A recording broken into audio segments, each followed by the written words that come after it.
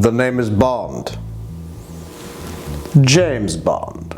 James Bond 007. Hey, here's a quick fact before we get started. The Vesper Martini, made famous by 007 himself. Shaken, not stirred. Do you know why he prefers it shaken and not stirred? Because when you shake a drink, it gets cold and dull, and James Bond isn't dull or cold unless he's in the winter time.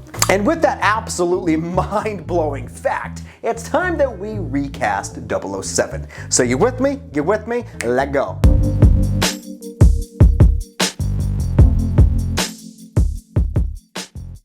Hello everyone, Chris Chavez here with Nerd News, a show created for nerds by a nerd. So first I wanted to give a shout out to, I'm gonna butcher this name and I'm sorry man, Irving Perinu. He suggested that 007 be the next fan casting that I do, and Irving, it was a great idea. It was a fun episode to write, and you know what? I hope you enjoy my list, and if not, I'm sure you'll let me know. So James Bond is, let's just face it, he's the most famous spy out there next to Harriet. Come on, that was a good joke. And with this amazing legendary character, this great franchise, there have been a slew of great actors that have taken on the role of 007. Let's briefly talk about said actors. Bam, there's a lot. So I got my notes. You ready for this? Here we go. My favorite, this was my favorite Bond, Sean Connery, right? He played Bond 1962, 1967, 1971, and 1983, the year that I was born. Then you got George Lazenby, who played him in 1969. Roger Moore, 1973 to 1985. Next we got Timothy Dalton, 87 to 89. Then we got Pierce Brosnan. Probably my least favorite of the Bonds. I'm sorry if you liked him. But he played Bond from 95 till 2002. And finally, Daniel Craig from 2006 to present. He is the current Bond, and his last film is due to come out very soon. So with Daniel Craig stepping down from this role, we beg the question, who is next? Who's gonna don the shaken not stirred, the great tuxedos, the nice coiffed hair? Stupid. And we all have that actor that we think should play Bond. I mean, we all have that, because Bond is so iconic that it's such a cool franchise that a new actor takes up that role every so often. And it's about time we either get some young blood or continue on with a little bit older of the Jameses. So with that, guys, let's dive right in, shall we? The first actor has a really impressive list, and his acting stock is growing with every waking second. And of course, we're gonna talk about their filmography, and his includes Mission Impossible Fallout, great film, awesome film. The really clever and cheeky Enola Holmes on Netflix. The fantastic video game turned TV series in The Witcher. And of course, the role that he is mainly known for in that of Superman. That's right, I'm calling it Henry Cavill. So back in 2005, Henry Cavill was on the shortlist to take up the role. It came down to Henry Cavill and Daniel Craig. And I think at the time they were kind of contemplating a younger Bond or an older Bond. And they went with an older, which is fine. But I think it's time for a younger version. Like, I want to see Bond before he became Bond. You know what I mean? Like, I want to see a little bit of a younger kind of take on it. And Henry Cavill is absolutely perfect for this role. So the studio already has eyes on Henry. So are they going to revisit that conversation? Are they going to rewatch that audition tape? Who knows? I mean, obviously Superman has boosted his career, it's skyrocketed his career, but I think one role that solidified him being Bond to me is the man from UNCLE, the man from U.N.C.L.E. I mean, there are some shots in that movie that just screams, you're Bond, you're Bond, you're James Bond. And in several interviews, Henry has stated that he is still interested in playing this role. So the studio already has an eye on him from, before, back in 2005, and Henry still has interest in playing the role. So this actually could happen.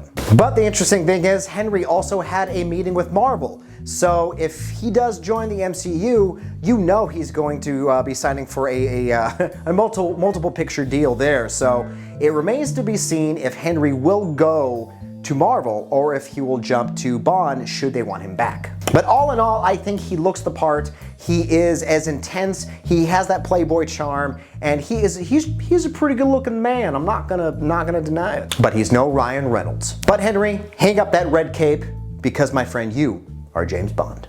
Next on this list is a man who has also been tapped to play James Bond, well, at least from the fans. His filmography includes Beast of No Nation, The Losers, which is a great comic book movie if you haven't seen it, and a fantastic show in Luther. Of course, you got his stint in Thor, which I think they should have used him more, but that's just me. And most recently, he was in the reboot of The Suicide Squad. And we're talking about the man himself, the man who made cool cool, and that of Idris Elba. So back in 2014, he was actually on a list to possibly be an interest in playing Bond. Once that list kind of was leaked, all that fell apart, and that sucks. And the thing about Idris is you can't deny his smooth, just charisma that he brings to every character. I mean, when he's on screen, you believe him, and he has that voice, that like monologue voice, that if he says something, a big speech, you listen. I mean, Pacific Rim was a good example. I mean, that speech was pretty darn good. He's a leading man in every sense of the word leading, and he's British. I mean, that's just, I mean, he's just perfect. And I think Idris has that same kind of smooth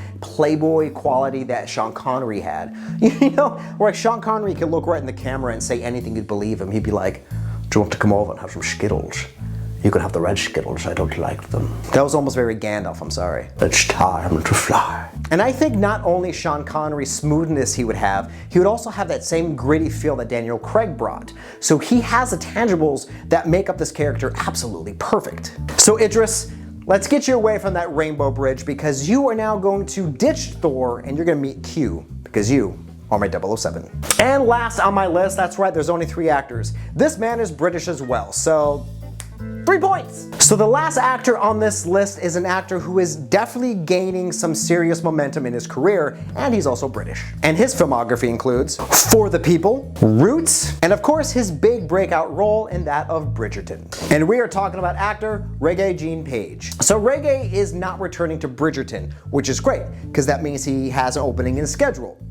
Currently he's filming Dungeons & Dragons with Chris Pine. That's right. Dungeons & Dragons. So his name did float around with James Bond.